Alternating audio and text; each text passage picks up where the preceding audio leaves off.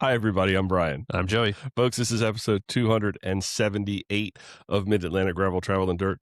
If you're new here, this is a podcast where we talk about gravel bikes, adventure biking, bikepacking, bike camping, and just playing bikes. Joey, on this episode, we're going to spend a little bit of time, since it's spring, talking about all the new things. Are you excited about that? Well, we're in faux spring, so. Yeah, it's supposed to get cold at the beginning of the week, isn't it? It was so nice yesterday. Today it's hot. I know. Did you get out and ride yesterday? Or No, I rode Sunday. Okay. Yeah, it was warm. Yeah, it was warm yesterday. I did 40-something miles on my new tires, which we're not going to talk about this week. I want to actually talk about. You should have a long-term review already, I thought. I've got 40 miles on them, so that's kind of getting close to a long-term review. Yeah. So I'll lead into it a little bit. Well, next week's going to be super long-term review then. Yeah. So I got some, what are they? American Classic. Yep. It's a very, very affordable tire on Amazon, which is where they are sold. Mm-hmm. But you can also get them through their website. Yeah. But their website diverts you right to Amazon. Their website just sends you right to Amazon. So everybody knows I've been looking for some 50s. We've talked a lot about that. Then I had the thing at Monster Cross with the tire blow up, so I thought it was the perfect time. So I've got some of their 50s in there. They have the Kimberlite, which is like heavy road and gravel. And then they have the next one up, which is a little bit more tread, which is the aggregate. Got it in a black wall. Did you see the pictures I sent you yesterday? Doesn't it look like giant balloon tires on like a beach cruiser? It's fantastic. I love it. But we'll talk. I want to talk about getting a beach cruiser. I want to talk about the infant that threw up on your computer. There probably was an infant that threw up on my computer. Have you seen the back of that thing? That's where I pulled a sticker off. Yeah. I had a sticker. It looks like Finn just. Bleh. I had a sticker that got nasty on it. So right off the gate, what we got coming up this weekend is Philly Bike Expo. Are you going yet? Do you know? I don't know. I've got some work stuff now this weekend. I've got people in, and I'm not exactly sure whether my timing is going to be right for it or not. But I'm going to try. But it really does come down to what happens on Friday. And then I've got a guy coming in Sunday. So if I came, it would be Saturday. If I was to come up to Philly, it would be Saturday. And I've got some stuff going on Sunday. And then Friday, I don't know. But that is the big season kickoff that happens in Philadelphia. There's going to be a lot of custom bike builds, probably some custom gravel builds. I really do. Is that the same as a bike build? Yeah, well, a bike build that is specific to gravel. You know what I mean? Oh, there's everything there. Yeah, they have a little bit of everything. And that's, I think, the thing that when I would go every year that I went, I enjoyed the most is all the bespoke stuff. It's fun to look at. I don't know that any of those bikes would ever be in my future. I don't know. Well, technically, you use that show to buy your Otto. So but Otto's not bespoke. It comes off of an assembly line. Yeah. I did actually. That's a fun story because that was in the middle of COVID, and there was we looked at it. I ran you over to Nate. Yeah, we went back and looked at it again. You back and forth. Nate, then you got the bike. Back and forth. I wanted commission off that. And the thing about it is not many people get to go to a bike expo when they buy a frame and actually take their mechanic with them to actually run interference on all of the things. I got paid with a comma in that paycheck. We would always go to the faux place. Remember, we'd go to the faux place? Yeah, we went a couple years. And you get the Wit Whiz, get a cheesesteak, Wit Whiz. Well, that was in the market. The faux place is on the corner of the market. Yeah. Adjacent, which. Yeah, it was nice. Nice. We found a honey hole. I'm not telling anyone. Don't tell any. Don't tell everybody on the podcast. I will be there Friday through Monday. My train gets there at 2 o'clock. I'm just taking the train from BWI. Mm-hmm. I decided not to take a bike.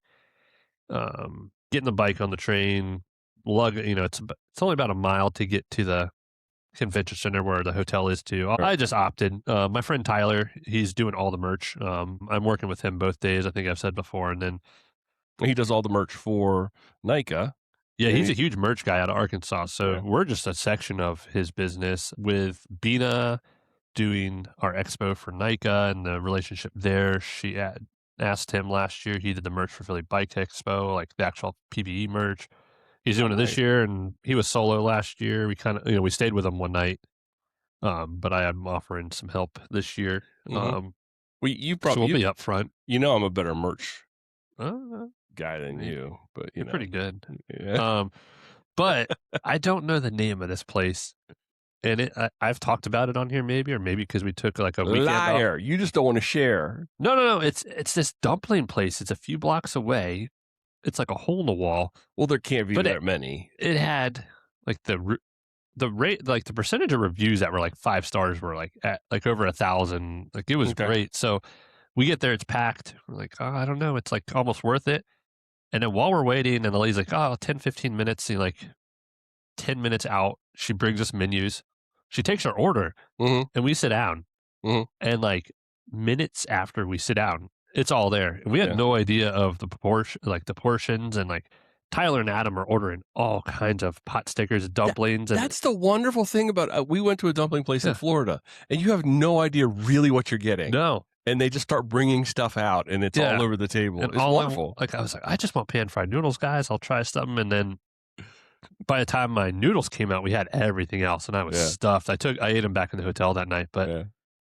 And then we're like, man, we ordered so much food thinking it was going to be a few $100s. It was like $70 with a tip. Like included. I'm like, oh my God.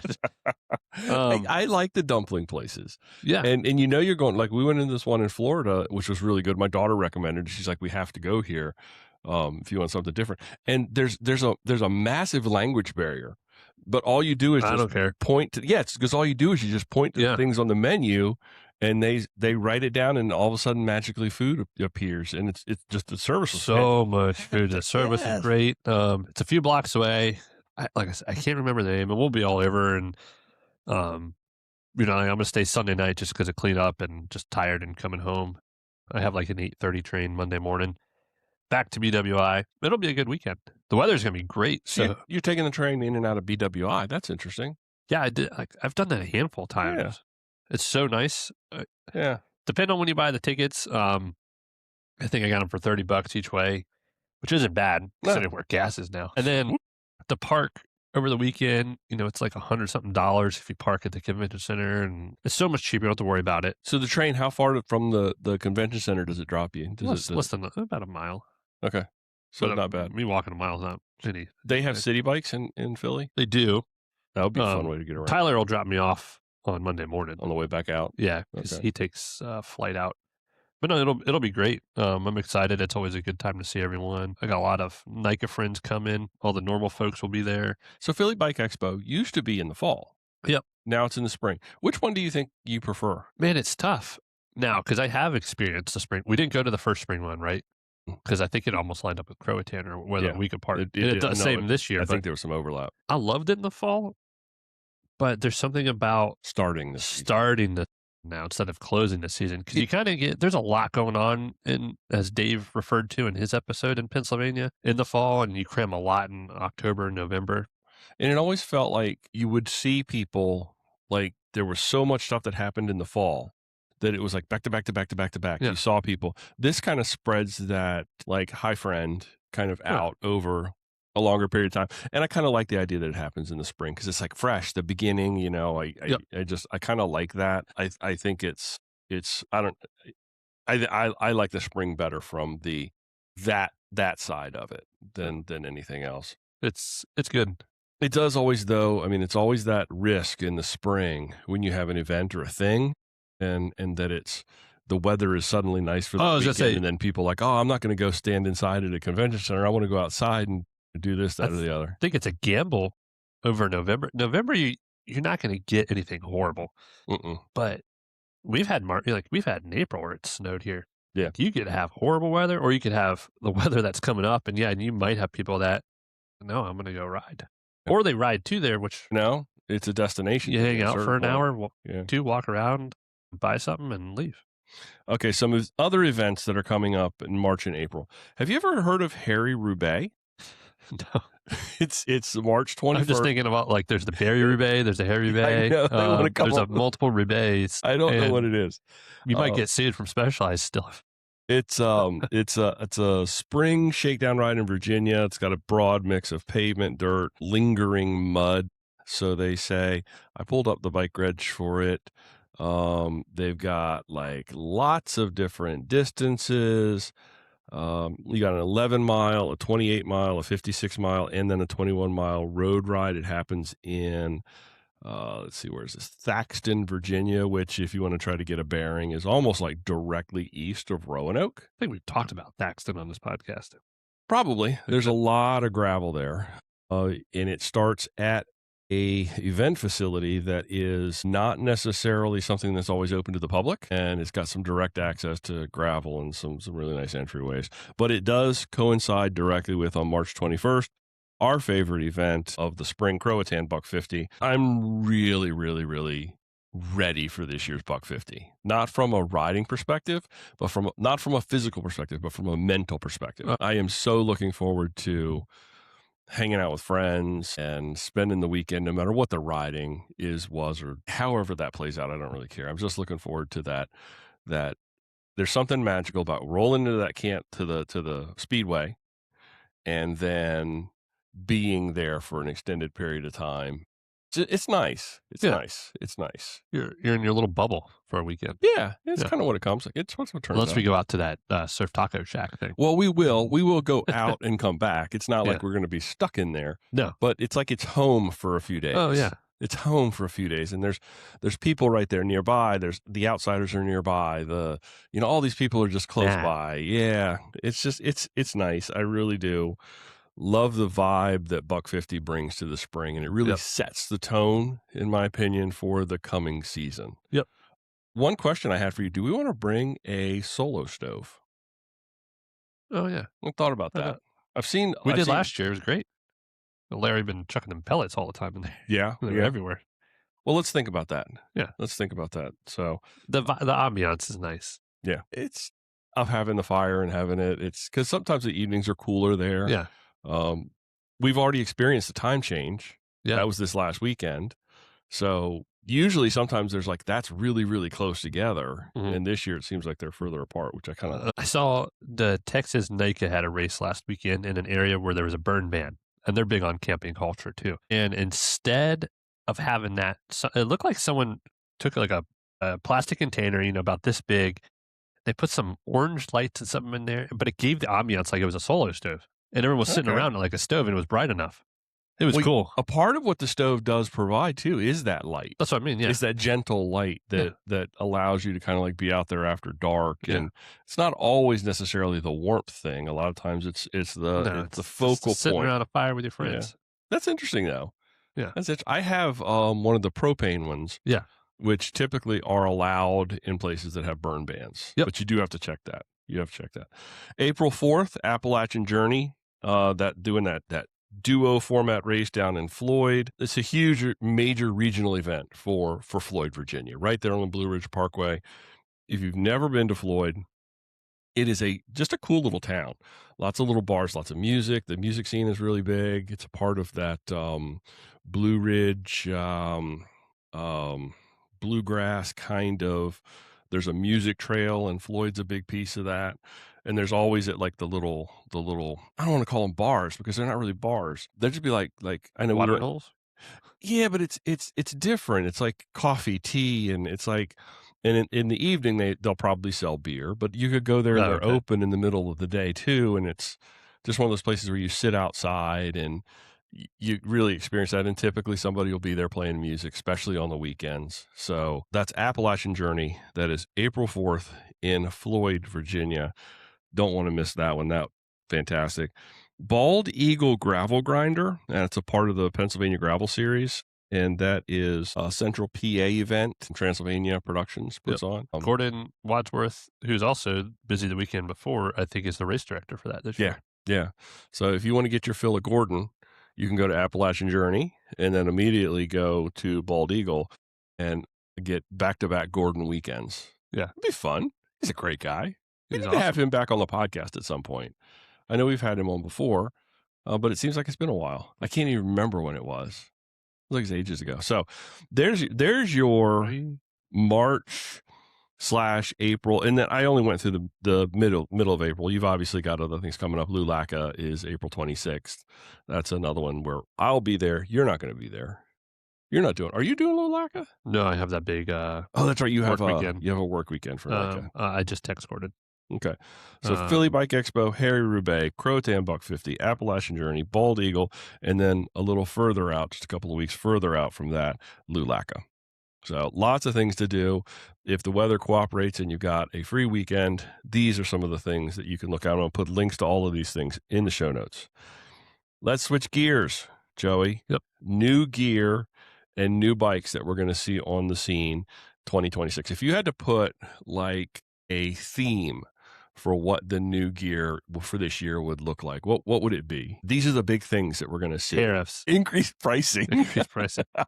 I don't know. We've already talked about we've dug into suspension, the suspension side, which is really that I got the Checkpoint SLR. That's new for 2026.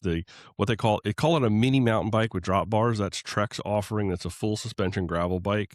Yeah. You know what I think? One of the things that they've done with that, which I really appreciate, is that they've gone ahead and addressed the rear rack issue for you.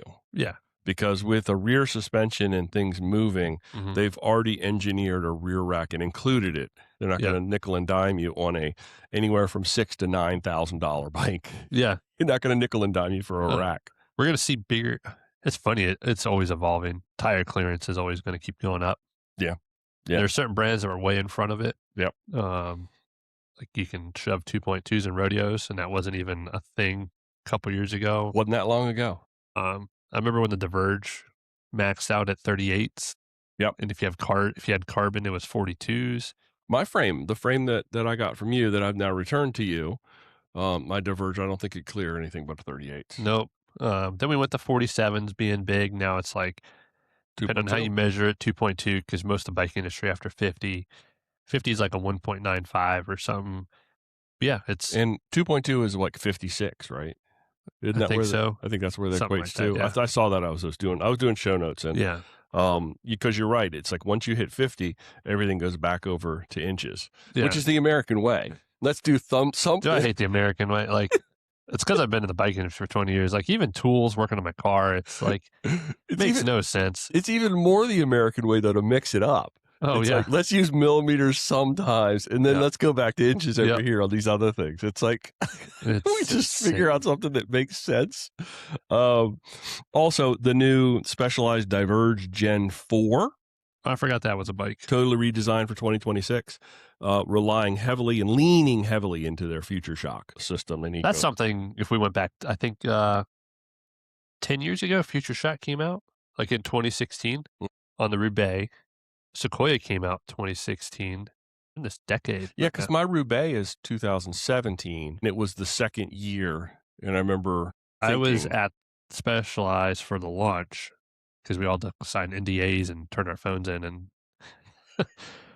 when that came out, and I was like, this isn't going to stick. And here we are. That was my. I remember when I got that Roubaix from Russ. Yeah. I was like, my one question to him was like, is this Future Shock thing just a gimmick that's in 2 years going to be gone, and then I'm going to be stuck with this bike with this weird, bizarre technology on it that nobody knows what to do with, and I have to actually scrap all of this stuff. But it has stuck around. Yeah. I mean, it's there are multiple iterations of it, and there's 10 years in the market now. Yep. And you're right, multiple iterations and improvements, and it's not a bad thing. Yeah. You're more limited with certain things, but smooth is fast. That was what they said from the beginning, and we all know that. I mean, tire pressures, everything has kind of lended to that direction where smooth is fast. Now, while that checkout and full suspension, that's going to be a distance or endurance, in my book, in my opinion, in my mind. I think that's more of a distance and endurance kind of bike. It's not a bike you're going to go out and race a metric on. And I think the Diverge is headed in that other direction, which is more of a racy kind of a setup. Well, they changed geometry because the Crux exists for that reason. I know that they tout this as a do-it-all gravel bike, which I guess could actually mean it doesn't do anything well. That's sometimes whenever I see that do it all, I always tend to realize that you're going to give up something in every area. But if you can't afford multiple bikes, and how many of us can, this thing still comes in for the carbon, I think $4,000. Yeah, somewhere I bought a little bit more, 4,200. And it seems like Specialized has gone like fully into the SRAM market. It's like everything is coming with SRAM now. So if you're looking for a more entry level or budget, REI And I think we go to sleep on that a lot. They're co-op bikes. They're not bad at all. Yeah, they've done a refresh on the ADV. It is a very, very budget-conscious bike. It's 1x10 microshift. And we've talked about this before. Microshift is a solid solution, and it's upgradable if you needed to change something in the future. It's a 1x10, and it's the microshift Sword drivetrain, which I haven't really followed the tiers of microshift. And it actually has a clutch on a derailleur, which is kind of clutch. I've been holding on to that joke ever since I wrote these show notes. That's a $1,500 price point, though. Yeah. You could pack that bike. You can race that bike. You can run events on that bike. You can just do it around with your friends on that bike. So some very interesting things for 2026 if you were to look through a whole kind of where brands have gone. I kind of think it's you've got some new options out there. Now, the next one I think is kind of controversial, whether you need it or whether you just want it, or are you adding something then it's going to oh god, I just looked at it. Provide frustration. This trend for tire pressure sensors in tubeless setups. What are your initial thoughts on that? I had this talk that we talked about a few episodes ago, like the nostalgia of like Sequoia came out 2016. I wish so bad we were still in those times. Some of this stuff I just think is ridiculous. Yeah. Like I get when you're at a certain level, I'm not taking away from people wanting that.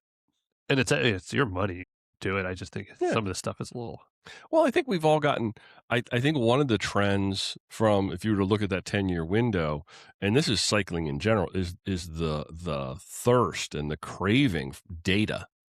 Everybody wants to actually have everything in Strava and to be able to look at the minutia of revolutions and power meters and all this stuff. And this is just another one of those, because apparently they will actually give you a graph over the course of your ride in Strava. It's reporting all that data recorded in Strava. So you can see how your tire pressure changed, which could be quite interesting if you're just curious about weather. So is it a curiosity? It's definitely not a necessity. No, and there's a lot of data freaks that, God, they would love this. Yeah. So I don't want to yuck someone's yum. Yeah. So I don't want to say that. I'm just, I said I wouldn't buy an electric pump, like the pocket ones. And I know this year I'll probably buy one, but I really like mine. Actually use it even at the beginning or before I go out for a ride. That's like my primary pump now. I pull it out and get it right to where I want it to be. But no, these things aren't bad. They had them, God, if we were like a mountain bike podcast and got into flight attendant, like, do you know what flight attendant is? No idea. God. We can talk about it. We talk about dirt. No, I'm not getting that. That's worse than talking about shoes.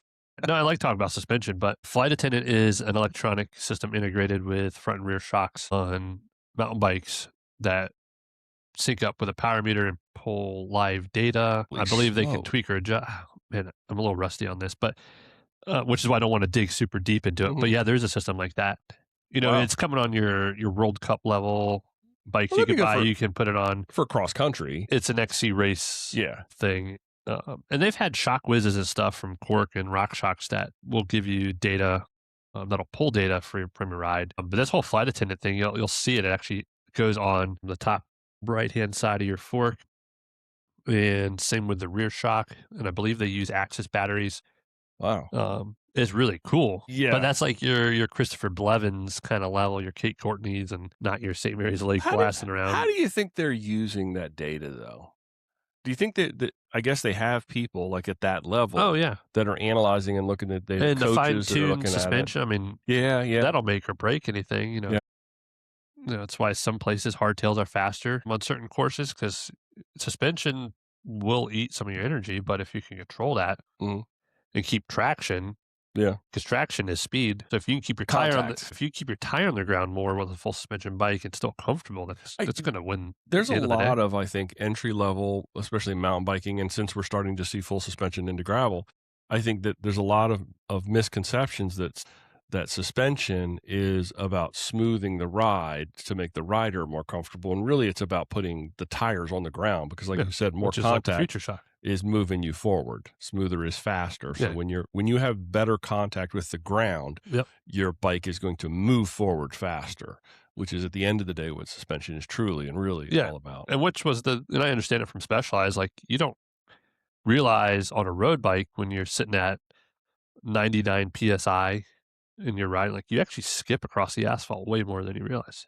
Oh, The yeah. whole goal of Yeah. Future Shock and seat post and the things that did was to try to keep your bike planted more. I am so happy. I'm so much happier now that road tires have gotten wider and the tubeless is a part of that equation now, and things have gotten and pressures have gotten lower. The rides are so much more enjoyable than literally gator skins that were 23 or 25 millimeters wide, literally beating you to death. And to be able to smooth that out without the sacrifice of giving up the speed, which quite honestly, at anybody at the upper tier level, I honestly, what's the difference at the end of the day? I'd much rather be more comfortable than fast. So there's a couple of folks in the market. Quark, you said, Tire Whiz, they have a 2.0 out now, and there's a Kickstarter out there called Outrider, and I think Andrew showed me he's actually riding them in his Kona. Oh, He was at Cork is owned by SRAM. I didn't know that. Yep. I did not know that. But Outrider's a Kickstarter, and they've had a pro version that they've already released, and then a mini version, which is actually, I don't know what the difference is. I think they just wanted something else to be a part of a Kickstarter to get prepaid for their product. And this just tells you what your is, or what you should. This is the thing you're saying. It syncs up with Strava and weather. It syncs up with Strava, and it gives you your pressures over the course of a ride. So you can look back and see. It's like, okay, well, I started at 35 PSI, and then by the end of the day, it heated up or it cooled down or whatever. This is how my tire pressure fluctuated throughout the course of the day. And you could see dips and, all of that data. But it also reports back. I think you can even get it into your Garmin head. So, and it'll also give you warnings too. If you're Warning. well, if you drop below a certain PSI, you can program it to say, hey, so you might be able to catch a flat or a puncture before it hits that next rock and becomes catastrophic. So I can see where, from that perspective, also it could be very, very beneficial. If you had hit something and started to flatten, you drop like 10 PSI and you've got a smaller hole, and then you don't even realize it, and then later on you hit something else, and all of a sudden you've got... Is this thing like attached to your valve? It goes inside, and it actually does. It really just uses the valve to hold it in place. My question always was power, but it's got like, they put pacemakers in people now with those tiny batteries. So it's basically a pacemaker battery that they put into these tire pressure sensors, and supposedly lasts for years and years and years and years, because that would suck to have to USB-C charge it every... Yeah, that's what I was thinking. Crack a tire open or put a little port. You'd have to have a port. You'd have a port in your valve or in your something that would actually charge it. But no, it actually just, it uses the valve to hold it in place, and it sits inside the tire and just gets covered in sealant. And so can you imagine what that would look like at the end of whenever you had to change that out or do something with it? It'd be a mess. I think it's interesting. I'm a bit of a data geek, so it's about $90 for the Outriders. Yeah. And that's for obviously two sensors, one for the front tire, one for the rear. And then you can also, with the Kickstarter and the minis, you can buy bundles. I think you can get the mini Outrider at this point, 2 sets. So you'd be 4 total sensors for about $90, which, if you think that's not bad, I mean, you can then also set up the profile to have multiple bikes. And I don't know how that plays into Garmin's and Strava's and all that other things, how having multiples would work. But hey, I think you're going to start seeing it into high-end builds, though. I think you're going to start seeing these things integrated into high-end builds already. Dog's trying to fluff his duff.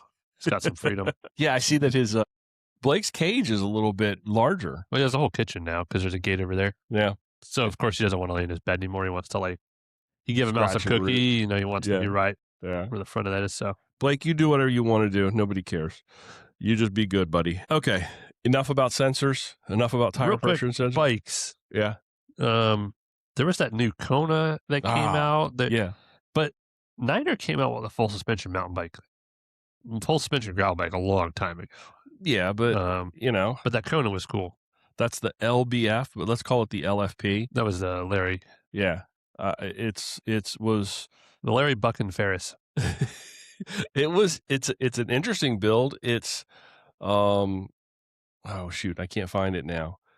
But it's fine. I just want to throw that in there because there's a lot of suspension stuff coming, and that one I think runs a 100mm SID It's versus also the a little 30. bit cheaper, a little bit more affordable than the Checkpoint. Yeah, It's still under $3,400, 35, but 37. you still get a solid bike from Kona. It is described as and all the pop-ups now. I was going to actually, Never oh mind. man, never mind. LBF is a large, hairy, upright drop bar adventure cryptid dwelling in the Pacific Northwest wilderness, although they mostly keep to themselves if seen, approach with caution.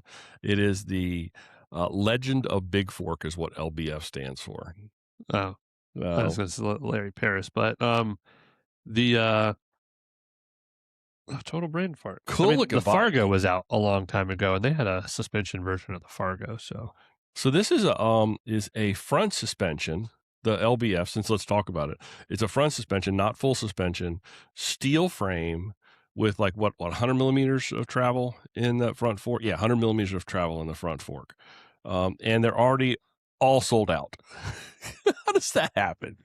Bike forecasting. It's bike forecasting. It's a marketing thing. Like, where does that bike fit? It's not obviously not a race bike. It is just an angry bikepacking bike, maybe. Yeah, it goes through the divider. Yeah. Trans-Virginia route. Yeah. It would be wonderful for Trans-Virginia. Yeah.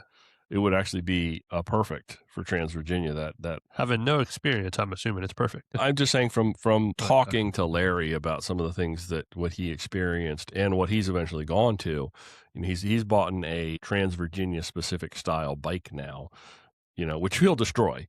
He'll just actually rip that thing, rip the metal right out of it. Yeah. So, okay, so that's new bikes, new gear. Oh, one more gear thing, and actually, it's funny because in our little group chat this morning, Larry's like, "Hey, I just got these. They're the Redshift Mousetrap pedal adapters. Have you seen those? It converts an SPD pedal to a flat. Really well thought out, just like everything that Redshift does, I think." I think they'll be at Philly Bike Expo. Yeah. They instantly transform your dual-sided SPD pedals into flats, and they're magnetic, so they stick together. They go in a bag. I think they're like 170 grams. They're not real heavy, but some extra weight to carry. And if you're out bikepacking and you want to either get out of the shoes that you rode in all day, even though like I'm trying to find one pair of shoes to rule them all. One pair of shoes to do everything. But Larry makes a good point, and his point this morning in our group chat was, well, if I run through a creek and these shoes get all wet, I want to have something else to be able to wear. And he's absolutely 100% right about that. I kind of go to sleep on that. But they clip in really nice. I was watching a video on them yesterday. They sit into the SPD, and then instead of how they would twist like the regular SPDs would do, they actually have a clasp that pops up and it snaps down and locks the SPD. So they're very well locked in. They're not going anywhere. It's a big platform. I think it's the right iteration of that technology and probably the final iteration of that technology, in my opinion. No, I assume it's just to put on for a thing here or there. Yeah. Because I don't think that will hold up well. No. No. But it's the style is for, I've got like my Osso and I've got SPDs on it, and I spend, I do 60 miles on a bikepacking day, and I get to camp and I want to ride the half mile down to the 7-Eleven and get a Coke. Yep. You snap those things in and you don't have to put your bike shoes on with cleats. Yeah, that's what I was saying. Like if I want to ride my rodeo to the grocery store. Exactly. If you wanted to go up to just up to the corner. Yeah, go get some ice cream. Yeah. It makes it so that you don't have to go, oh my goodness, I got to go find my bike shoes and then look like a dork wearing regular clothes, like a pair of I don't need shoes. I've said it before. Okay, so that's new gear and new bikes that I found that I think is pretty interesting. We'll revisit that again. I'm sure things are going to change, but 3 new bikes, actually 4 if we include the LBF, the sensors, and then pedal adapters. All right, so my one word to sum up the next section. Inflation. You're a funny guy. It's a dual entendre. Yeah. It was new tires for 2026. I got 3 to talk about. Continental has a new Terra competition just launched. They are saying that it is. Oh, they're calling it the Terra? The Terra. The Terra competition. Is that like totally a new tire? I believe it is. Oh, unlike some of these next ones, I think they're just new iterations. Because Specialized has a Terra. And I see that being a legal thing coming up. That's wheels, though, not tires. Oh, Tracer. Sorry. That's a Yeah. Tracer tire. Yeah, Terra wheels. Sorry. Terra wheels. So just launched. They're touting it as their fastest gravel tire to date, 16% lighter, 17% lower rolling resistance than their Terra Speed. It is also, and this is the big trend with all of the tires now, they want to try to call them aero optimized tread patterns. This is why I want to go back to 2016. It comes in 2 different flavors. A race, which is maximum speed, or the trail version, which is puncture, has higher levels of puncture protection casings for everyday use. $80. $80 comes in all different kinds of sizes. I had this pulled up here so I could go look at it. I think you can get them in 35s, 40s, and 45s that does not go to a 50. It's a nice looking tire. Looks all right. It's got the big wide tan wall on it. It's not that. It's almost like right where the tread ends, the sidewall and the tan wall begins, which I kind of like. Even though I just went with the black walls on my 50s, I kind of wanted to do something a little different. Yeah. No, they look good. It looks good. I don't understand this whole aero thing on a tire. I get it. It looks just like regular tractor tire tread to me. That's smaller and lighter when I look at it. But hey, you do you. That's where you dig into Dylan Johnson's YouTube channel if you want to talk about aero. Yeah. Tires, not us. Not us. We would go with the trail version that would offer higher puncture protection. So that is a Continental Terra competition. Schwalbe has a new addition to their R Pro line. It is I can't stand all of these. Like, this is the G1 RX Pro. It's like Continental, don't look at Continentals.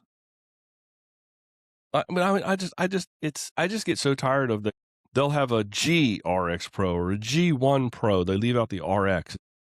It's like vomit. It's like they just put up the same little letters and numbers and put everything in. So this one is saying it is a new addition to the R Pro line. It is designed for rougher surfaces and muddy trails. So it is a thicker tire, Addix race compound, aggressive tread designing with a boomerang center. If you look at the tread on this one, I've got this one up too, has got a very, very aggressive tread, in my opinion. Would not want to see that. I would not want to ride that on any kind of course that has any kind of road work in it as well. That reminds me of looks heavy. A tire I ran before. God, maybe it was a Schwalbe. This is like a tire I would ride in the plains of Virginia. Yeah, I've got because it's a lot looser gravel out there compared to Loudoun County. And there's a little overlap there, but the southern part of that area, this is that kind of tire, but not the normal stuff we ride. Yeah. It is let's see, it has a boomerang center element for speed on hard pack and reinforced side lugs for cornering. $90. $90. These tires are more expensive than tires for cars. Bike tires are more expensive than tires for cars. That's one of the reasons I tried the American Classics on Amazon, is because I could get 2 tires for the price of 1 tire. That may be a mistake ultimately, but I'll let you know. You got a long-term review coming. I got a long-term review coming up in a couple of days. I'm going to look up a 2000. Sorry, I'm going to do this. What are you doing? We'll look up a 2010 Civic. Let's look up some random car tire. Well, I don't want to be like mean. I mean, it's just no, I know. I the Civic is like a. Yeah, I mean, that's a tire that's going to be a road tire for a small car. Is probably going to be about the same price as a bike tire. And those tires are going to last you 45 or 50,000 miles on a car. And these things on our bike will last us for most of these are months. Around $110. Well, that puts us right in line.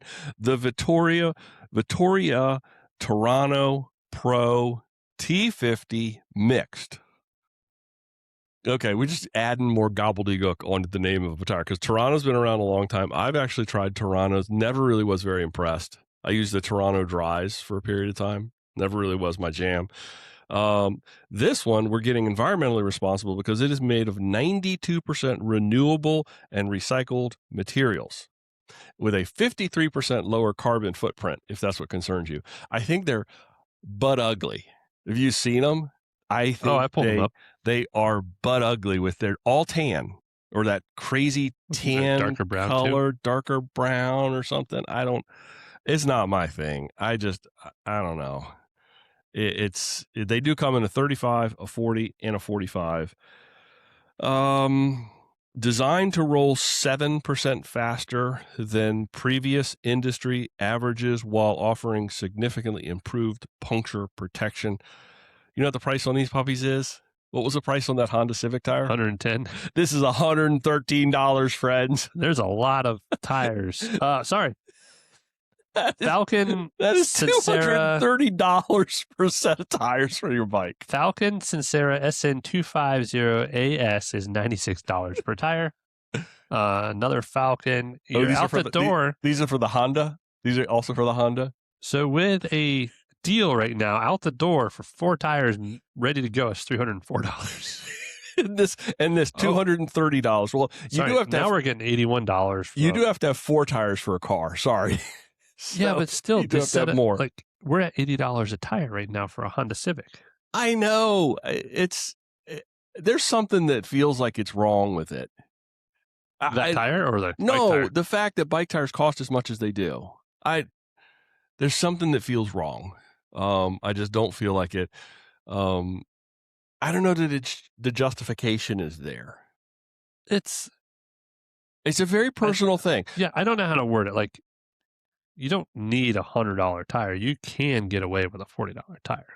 So at that point in time, it's a want versus a need. I'm going to try to do. Yeah. I'm going to see how long these $45 American Classic balloon tires will run. I rode them yesterday.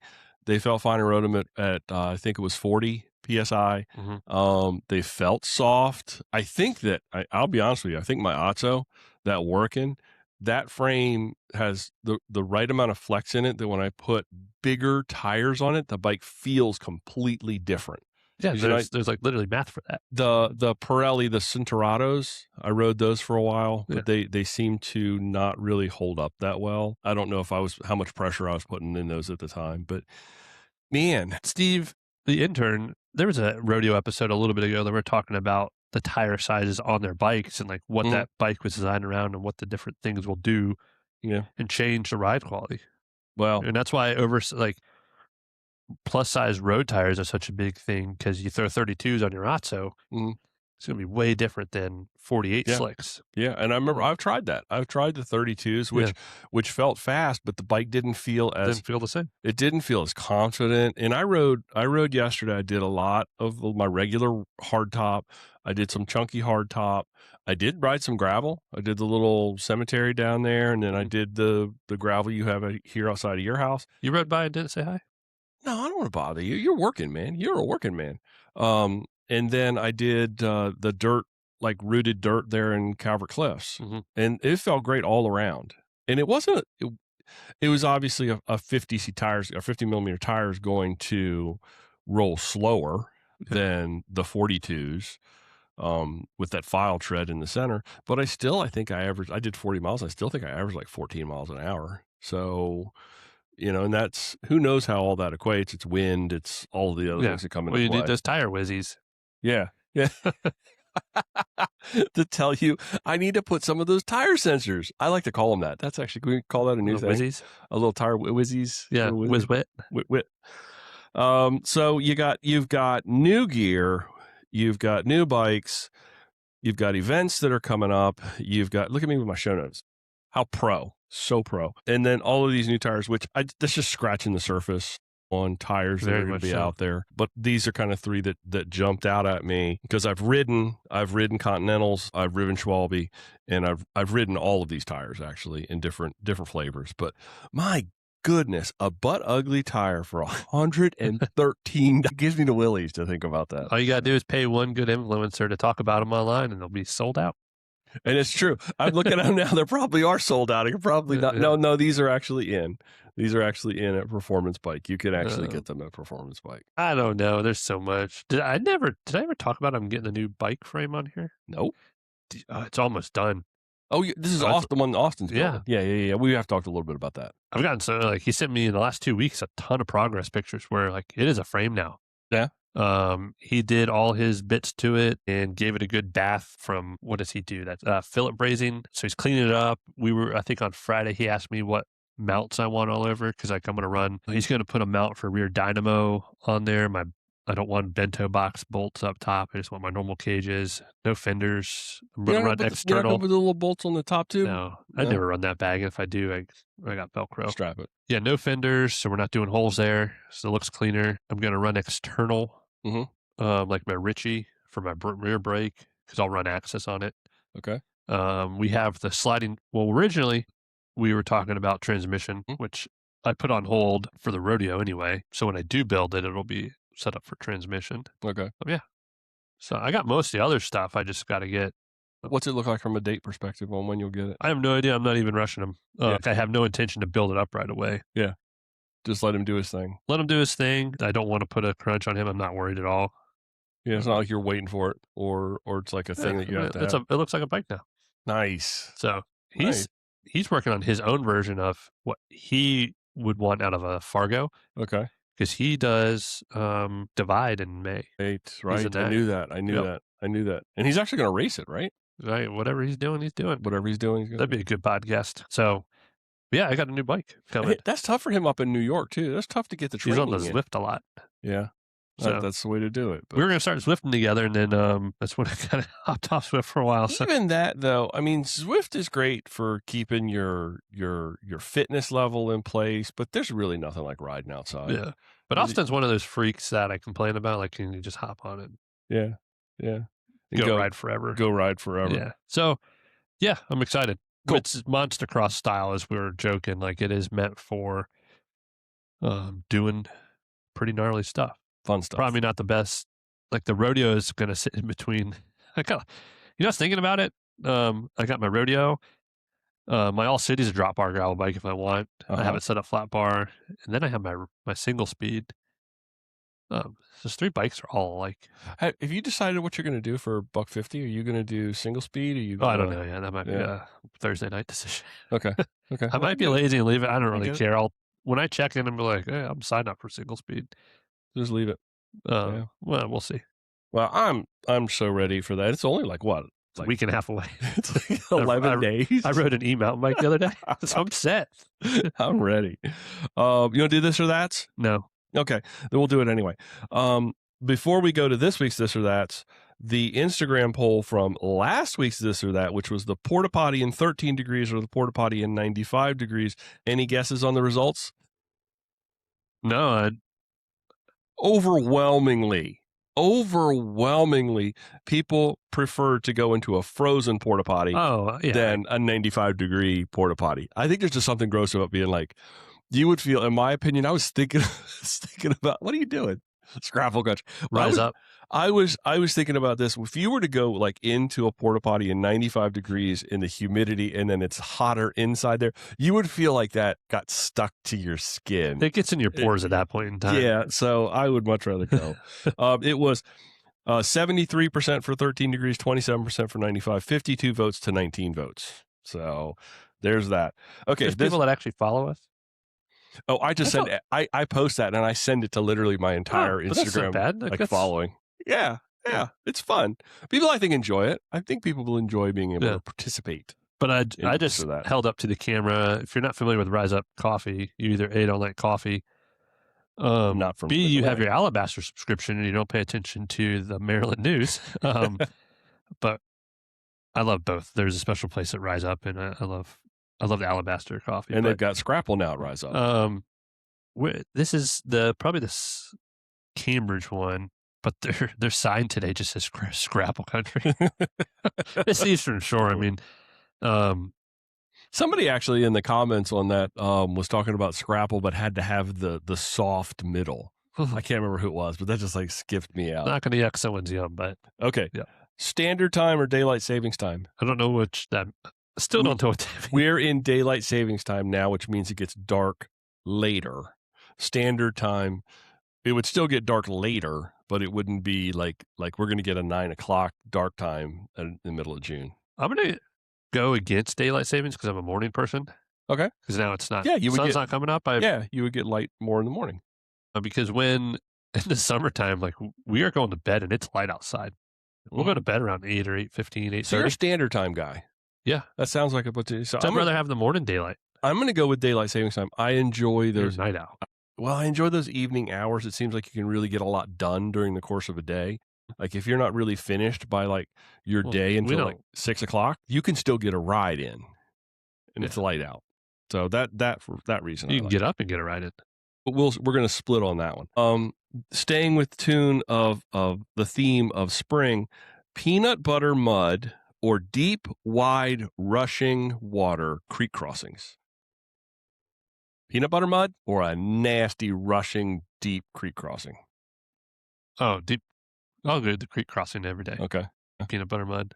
That just is horrible. We did that in, where was that when we had that we had really nasty peanut butter mud in the spring. You can ride with Austin. Learn how to navigate that water crossing, like with your stuff. There's a technique to it, and not clinching and doing all this other stuff, and just letting the bike do its thing. And you can also just get off and walk. You could get off and walk.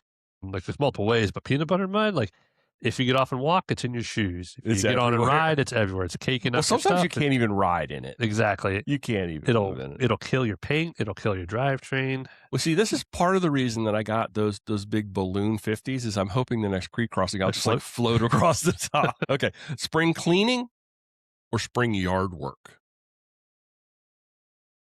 What's your dad need you to do? I got an HOA that actually does all my yard work. Think back to your kid days. Kid days, I would definitely do yard work. Oh yeah, all day. When I was a kid, like my sister, like we were definitely like that still traditional where my sisters would clean the house. But I would also clean the house too. My sisters would never ever have to do the yard work. And luckily my dad doesn't listen. Don't use this little clip. But like my dad, he's like hardcore with his yard. Oh yeah. He loves his yard, and it's got to be cut a certain way. And I was that kid at times where it was so frustrating where I would cut it wrong on purpose. Well, because you would set the mower as low as it would go. I know exactly what you'd do, and you'd scalp that grass, and then it would piss him off. No, I wouldn't do that because then it would ruin it. Yeah. But there would be certain things that's just like, yeah. No, like we eventually want to move. I do want a yard, and I feel like I touched on something you need to talk about in therapy. No. And we joke now at home, but it's like it's one of those things where I would definitely I like being outside. I agree. Eventually, I like doing the yard work. I like cleaning up a lot of brush and stuff, and like it's rewarding. Yeah, putting mulch out and ripping things out, planting things. Yeah, after you've had this winter of being inside, and then the ability to go outside and get all the leaves and the crap and the crud. Yeah. There's something that's very cathartic of yard work. But my sisters never did yard work. Well, they didn't get the cathartic feeling, and so now they're struggling with that. Talking about it in therapy. Last one: freshly laid spring gravel, which you know what that means. Soft and crunchy, or frost heave potholes everywhere, like Calvert Marina. Oh my God, it's like they have zits down there. Oh my! The whole route is like there's giant potholes. If you ever read Dow Road gravel, the Marina guy is too cheap to just grade the whole thing, so he spends more money, and every month this poor guy goes out with and they have a 4Runner, like an older body style 4Runner, but one wheel is like half the size of the other wheels. There's no door on one side. Like it's definitely like a yard thing. And like he'll have a trailer with that, and he's out there with a shovel every single hole. At least invest in a box scraper. That right there would cut that down. You could just throw some gravel in front of the box scraper, drag it over the holes, you'd be done in half. So much in that poor guy's time. And it's like when he finishes the whole loop, because there's almost 2 miles if you do all the connector stuff, he's got to start back. He's got to start all over again. And he gets paid to do it. But yeah, so I do love their vehicles over there. Potholes or freshly laid. You would go with that freshly laid gravel? I run bigger, floatier tires. Why not? Okay. I still don't like. I even encountered some sand yesterday. Calvert Cliffs. Yeah. And it did well. This is a tough one for me. I think I'd rather play pothole like Frogger, like ding, ding, ding, like going around the potholes. Yeah, and then because occasionally you can't get around them and you'll hit them, but I think there's an opportunity where you can avoid a lot of that. So I rode it yesterday. I avoid a lot of it, but that freshly laid gravel that they don't compact, it's so soft. It's like I don't know. And depending upon the size of the gravel too, I guess would make a difference there. So I would definitely go with big old pothole. We disagreed on a lot of this or that this week. As we should. I went with the daylight savings time. You were standard time. I think we both did the creek crossing. We both did yard work, but then we just disagreed on the last one. So creek cooled caps and creek crossings. Yeah, neat. Anything else before we shut it down? There was one little bit I was going to say. For the folks on video, the only thing I realized with the video is how much I can't sit still. Like I'm all over. That's it's okay. the ADHD, and it's been worse lately. It's when you're moving. That's why I'm waving the thing up in here. It's like, it's motion. It's keeping people's visual interest. And you're not wearing a tie today or a suit. No, it was. Which I'm very, very happy to see, because I told you if you did it one more week, it was going to be one of those things that you weren't allowed to not do anymore. Yeah. So, well, funny because we actually have a thing for Blake. It looks like a tuxedo. He goes around his neck. Just like, you should put Blake. Just put that on. Just put his. Oh, not that. She was just talking about Blake being on the podcast. We should have Blake on the podcast one. What do you think he'd talk about? Food? Probably food, yeah. Food. We switched him to a regular, like I'm making his turkey and green beans and brown rice and sweet potatoes every week and getting him off the kibble. Dog eats better than me. Well, let's say Jess has made him more meals than she has me in our whole relationship. But I like it. I like it. Hey, folks, if you ever want to see Blake, you have Blake on your Instagram all the Blake's time. all the time on there. Yeah. Blake's all the time. So if you ever want to get a good look at what Blake looks like, there's a bump on the log. He's a lab. Go stalk Joey, because you just do that. Just do that. All right, then let's go ahead and shut this thing down. See you at Philly Bike Expo. Yep. Maybe for me, positive for you. Definitely see everybody at $150. Thanks for listening to this episode of Mid-Atlantic Gravel, Travel, and Dirt. Joey, how can folks get in touch with us this week? Come ET me, the finger. Say hi. What did you just do? I wouldn't say shake a hand, but ET. Oh, the ET thing. Yeah. I'll be at PBE with the PBE merch table area. Our Instagram is at Mid-Atlantic GT, and our website is graveltraveldirt.com. Are you going to have to don and wear PBE merch to sell the PBE merch? I'm wearing flannel. I think you need to actually wear a PBE jersey with a pair of jeans. That's what you No, we should have a conversation about wearing jerseys and jeans at night. Wear jerseys when you're riding a bike, folks. No other time are they acceptable. This poor lady, we were at a expo on the Eastern Shore. I texted the guys a few weeks ago. This poor lady, she ran bike tours, and I think she was wearing full on legging, bib leggings and a jersey the whole expo. And we were there from 10 to 4. Crazy. I can't do that. Crazy. Don't do that. Don't do that, folks. Bike gear when you're on a bike. That's just everything else. Chafing and everything. Mid-Atlantic Gravel, Travel, and Dirt is recorded this week from right here in Blake's kitchen. And Blake, has he gone back into his bed? Yeah, he has. He's settled down now. Thanks for riding along. Until next time, do good, be nice, go slow, respect others. Love you, bye. Love you, bye. Love you, bye. That was Blake.